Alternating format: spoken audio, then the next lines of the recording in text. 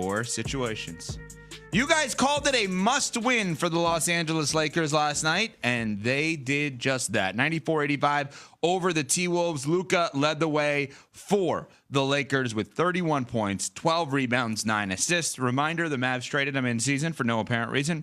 And the king, LeBron James, had 21, 11 rebounds, 7 assists. Minnesota, their lowest point total of the year.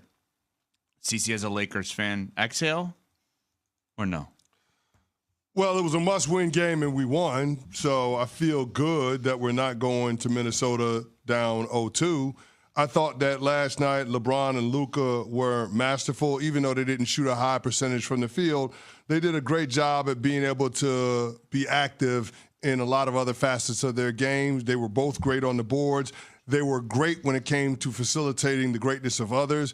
The two combined for 16 assists after only having 4 combined in game 1. So I thought that was a key difference for the Lakers offense, making sure that they got the others involved early, making sure they got open looks for Rui, for Gabe Vincent, get Austin Reeves going. I thought that was the difference. That was why the Lakers were able to get out to that big lead where they dominated in the first quarter. I think it outscored Minnesota 34-15 in the first period. So I think the Lakers getting out to that hot start set the tone. You got others involved on offense, which means those players are going to be more engaged on defense, and we were able to ride that to the win.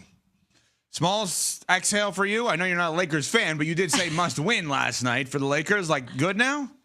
No exhale, because I have no emotional investment in it the way that Cece does. But yeah, this is the response that you wanted from the Lakers after game 1, especially after game 1 and in the wake of it, where you have their head coach, JJ Redick, saying mentally we might have been ready, but physically we were not. So to have the Lakers bounce back in this manner, be able to match that intensity, match that energy, match that physicality, I think is a pretty good sign. And to see Luka play the way he did, being able to have good defense, exploit those isolations on Rudy Gobert, I think that a lot of positive signs coming out of this for Lakers fans. But I don't know if I was a Lakers fan, if I would totally exhale, if I would feel comfortable heading into game 3. I think this is going to be a highly contested series all the way to the end. I think I'm going to struggle.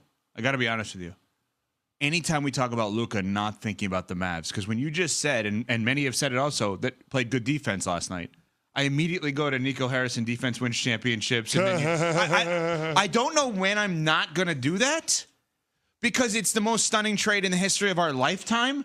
And if you're going to sit here, as Smalls just did, and crediting Luka's defense, I mean, how do I not go to literally a day ago, 2 days ago, him talking about defense wins championships, and the Lakers, I'm not saying they're going to, but could win a championship this year, and he would play defense for them. It's wild. It's still wild that they actually traded this man. And even in a must-win game, who's their best player last night? Luka.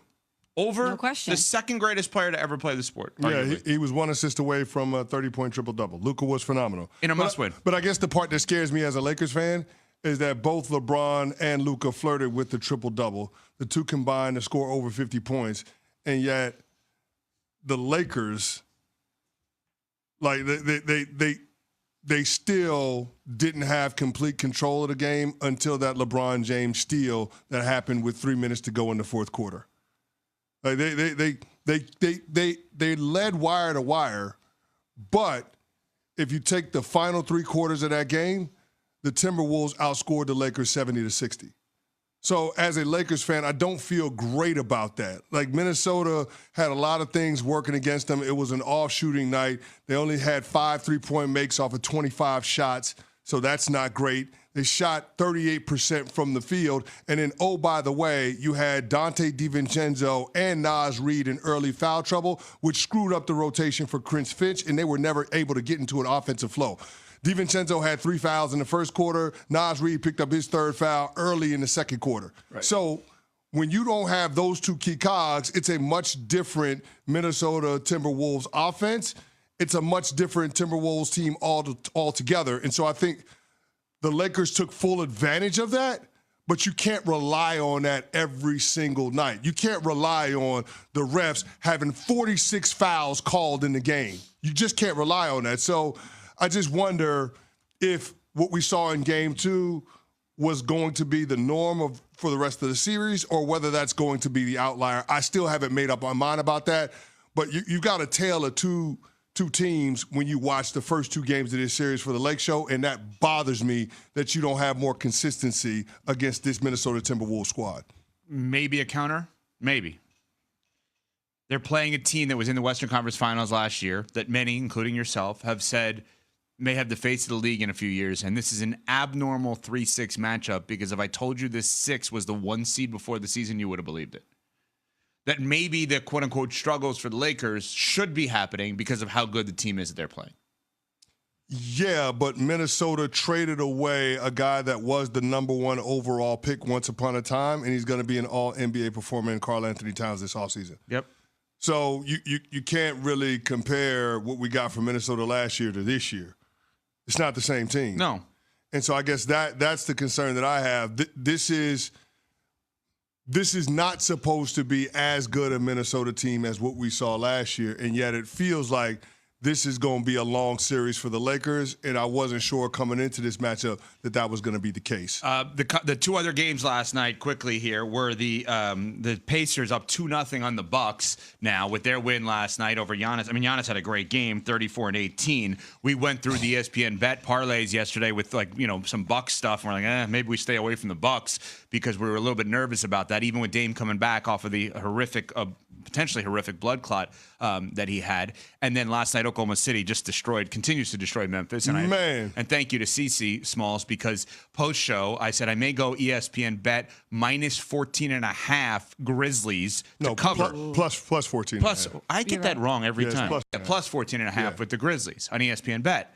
And he's like, I wouldn't do that. It's a sucker's bet. It's a sucker's bet. Well, I almost was a sucker last night. Sucker's bet. But good looking out, CeCe. Okay, I got to ask a question. We talk so much about the Bucks offseason, Giannis, etc. Let's ask one question here. Throwing this out there. Go ahead. Are we sure the Grizzlies shouldn't make moves just to get better and not to break it up? In other words, are we sure the job makes them better? No. Yeah, I didn't think we would be. No. It's not that he's not a great player. I'm not sure that he makes them better anymore because they're getting embarrassed. So you think they should move on from him? I'm starting to think they should, and I'm also not sure that the market is going to be that high for him or great for him, whatever the right word is. Now on that side of it, I might have to push back. I think there will be people that think if he gets in the right locker room, if he's a part of the right culture from an organizational standpoint, if there's not a leadership void, they can get a different version of him. Yeah, and I would be willing to take the risk. Similar, I guess, same logic, different issues with what we saw with Luka Doncic going to the LA Lakers. Same logic, like if we get him in the right building, if we have a championship mindset, then all of a sudden